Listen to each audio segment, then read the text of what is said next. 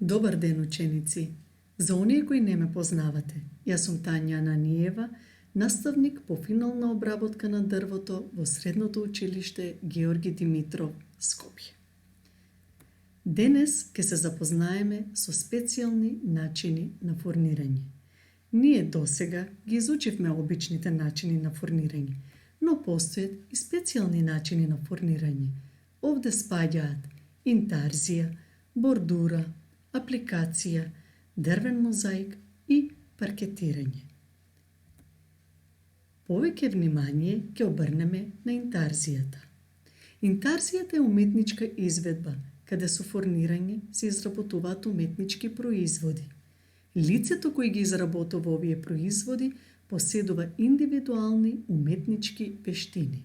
Тоа значи дека не секој може да работи интарзија.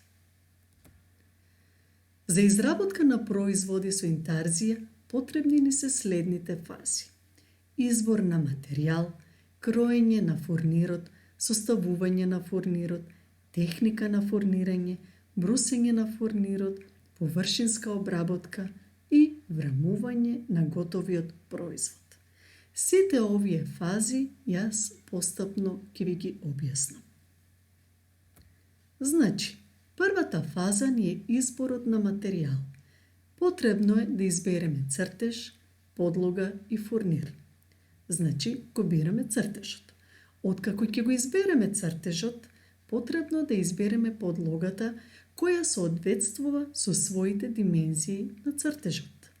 За подлога најчесто се користат плочи од иверица, панел плочи, шпер плочи или медијапански плочи. Многу е битно подлогата да биде мазна и чиста. Потоа вршиме избор на фурнир. Фурнирите кои се употребуваат за изработка на интарзија се добиваат со сечење и се нарекуваат благородни или естетски фурнири. Бојата и текстурата на фурнирот зависи од видот на дрвото.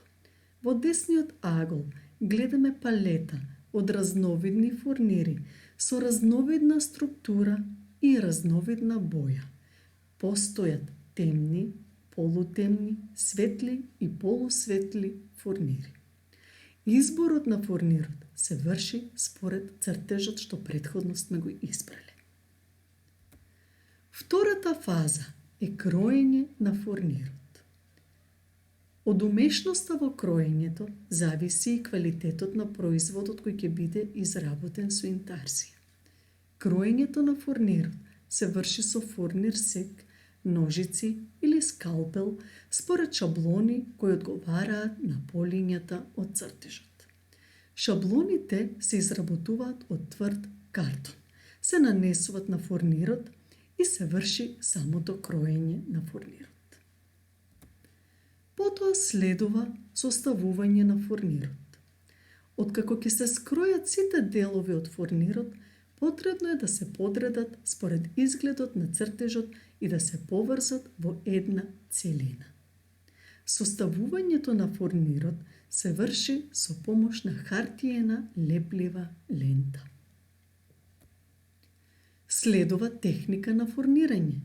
Таа се состои од подготовка на лепило, нанесување на лепило на фурнирот и на подлогата и лепење на фурнирот со подлогата, односно пресување.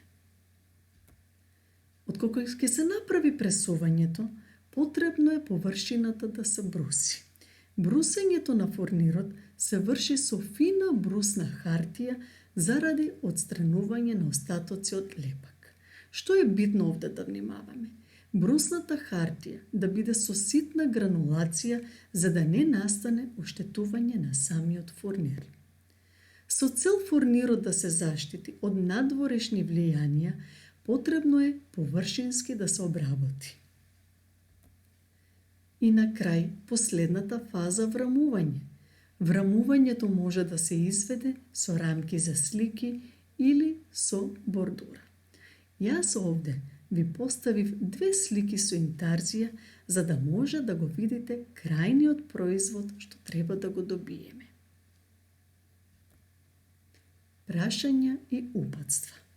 Во вашите тетрадки ве замолувам да напишете што представува интарзијата, да наброите и да ги објасните фазите за изработка на производ со интарзија.